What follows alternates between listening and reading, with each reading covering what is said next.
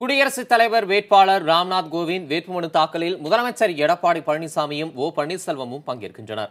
அதிமுகவில் பிளவு ஏற்பட்ட பின்னர் முதலமைச்சர் எடப்பாடி பழனிசாமியும் ஓ பன்னீர்செல்வமும் முதன்முறையாக இன்று ஒரே நிகழ்ச்சியில் பங்கேற்பதால் இது முக்கியத்துவம் வாய்ந்ததாக கருதப்படுகிறது. இது பற்றி நமது செய்தியாளர் ஹனிகுமாரிடம் கேட்கலாம். ஹனிகுமார், முதலமைச்சர் எடப்பாடி பழனிசாமியும் முன்னாள் முதலமைச்சர் ஓ பன்னீர்செல்வமும் ஒரே நிகழ்ச்சியில இன்றைக்கு வேட்புமனு தாக்கல்ல பங்கேற்கிறாங்க. சற்று முன்னர் செய்தியாளர்களை சந்தித்த மக்களவை துணை சபாநாயகர் தம்பிதுரை, அதிமுகவில் பிளவே கிடையாது, இரு அணிகளும் ஒரே வேட்பாளரை ஆதரிக்கிறதுல இருந்து இதை நாம தெரிஞ்சுக்கலாம் சொல்லியிருக்கிறார். இன்றைக்கு இரு முக்கிய தலைவர்களும் அதிமுகவின் இரு அணி தலைவர்களும் பங்கேற்கிறது. அதிமுகவின் முன்னணி தலைவர் தம்பிதுரை சொன்ன கருத்துக்கள் இவை எல்லாத்தையும் பார்க்கும்போது இந்த நிகழ்வு எதை சுட்டிக்காட்டுதுன்னு நாம் எடுத்துக்கலாம்.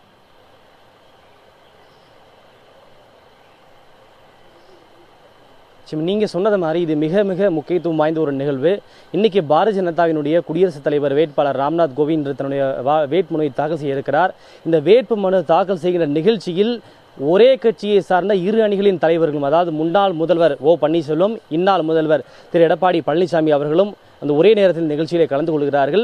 அதிமுகவில் பிளவு ஏற்பட்டு இரு அணிகளாக பிரிந்த பிறகு இரு அணிகளை சார்ந்த தலைவர்களும் ஒரே நேரத்தில் ஒரே விஷயத்தில் ஒரே நேரத்தில் பங்கேற்கின்ற நிகழ்வாக இது பார்க்கப்படுகின்றது. இது மிகவும் முக்கியத்துவம் வாய்ந்த ஒரு விஷயமாக பார்க்கப்படுகின்றது. இருவருமே பாரதிய ஜனதாவின் சார்பாக போட்டியிடக்கூடிய வேட்பாளர் ராம்நாத் கோவிந்தை ஆதரித்து முன்மொழிந்து அந்த வேட்புமனுவிலே தங்களுடைய கையெழுத்தை பதிவு செய்திருக்கிறார்கள். ஆக ராம்நாத் கோவிந்தை முன்மொழிய போகின்ற நபர்களில் ஓ பன்னீர்செல்வமும் அதே போல தமிழக முதல்வர் எடப்பாடி பழனிசாமி இருவருமே அடங்குவார்கள். இது மிக மிக முக்கியத்துவம் வாய்ந்த ஒரு விஷயமாக பார்க்கப்படுகிறது. இவர்கள் மட்டுமல்லாமல் இன்னும் அதிமுகவை சேர்ந்த ஒரு சில எம்பிக்களும் கூட இவரை ஆதரித்து வேட்புமனுவிலே கையெழுத்திடுவார்கள் என தெரிவிக்கப்பட்டிருக்கிறது. இந்த நிகழ்ச்சியிலே பாரதிய ஜனதாவினுடைய முக்கியமான தலைவர்களும் பங்கேற்கிறார்கள். பிரதமர் மோடி பங்கேற்கிறார். பாரதிய ஜனதாவினுடைய மூத்த தலைவர் தேசிய தலைவர் அமித்ஷா அவர்கள் பங்கேற்கிறார். ஆக பல்வேறு முக்கியமான தலைவர்கள் கலந்து கொள்ளக்கூடிய இந்த நிகழ்விலே அதிமுகவினுடைய இரு அணியை சார்ந்த தலைவர்களும் ஒரே நேரத்தில் பங்கேற்க இருக்கிறார்கள்.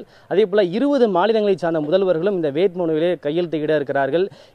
இந்த இரு அணியை சார்ந்த தலைவர்களும் ஒரே நேரத்தில் நிகழ்ச்சியில் பங்கேற்பது என்பது மிக முக்கியத்துவம் வாய்ந்த விஷயமாக பார்க்கப்படுகிறது.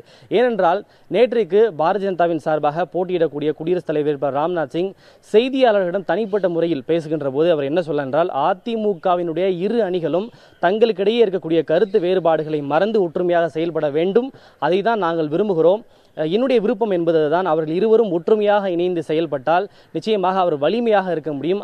இதனை அவர்கள் நேரில் சந்திக்கின்ற போது அதனை நாங்கள் வலியுறுத்துவோம் என்பதையும் அவர் தெரிவித்திருக்கிறார்.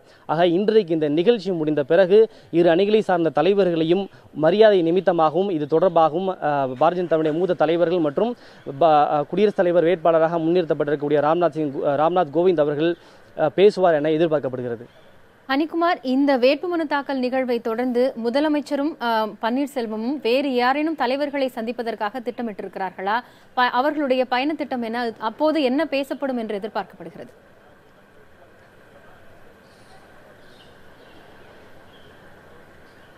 இந்த நிகழ்விலேயே முக்கியமான மூத்த தலைவர்கள் எல்லாருமே பங்கேற்கிறார்கள். பிரதமர் மோடி, அமித்ஷா, மத்திய அமைச்சர்கள் அனந்த்குமார் உள்ளிட்ட பல்வேறு மூத்த அமைச்சர்கள் பங்கேற்கிறார்கள். பல்வேறு நாடாளுமன்ற உறுப்பினர்கள் பங்கேற்கிறார்கள். எனவே இது தொடர்பாக அரசியல் ரீதியாக ஏதேனும் பேச வேண்டும் என்றால் அங்கேயே சில நேரம் எடுத்துக்கொண்டு அவருடைய அறைகளிலே பேசுவார் என்று எதிர்பார்க்கப்படுகிறது. இவை எல்லாவற்றையும் தாண்டி தனிப்பட்ட முறையிலே முதலமைச்சரின் சார்பில் பிரதமரை தனியாக சந்திப்பதற்கு நேரம் கேட்டிருப்பதாக சொல்லப்படுகிறது. ஒருவேளை அந்த அப்பாயின்மெண்ட் உறுதியாகின்ற பட்சத்தில் தனியாக சந்தித்து பேச வாய்ப்பு இருக்கிறது. இல்லை என்றால் பாராளுமன்ற வளாகத்திற்கு உள்ளேயே மரியாதை நிமித்தமான அந்த பேச்சுவார்த்தைகள் எல்லாம் நடக்கலாம் என்று சொல்லப்பட்டிருக்கிறது. அது எல்லாம் முடிந்த பிறகு இன்று மாலை முதல்வர் அவர்கள் சென்னை திரும்புவார் என சொல்லப்பட்டிருக்கிறது.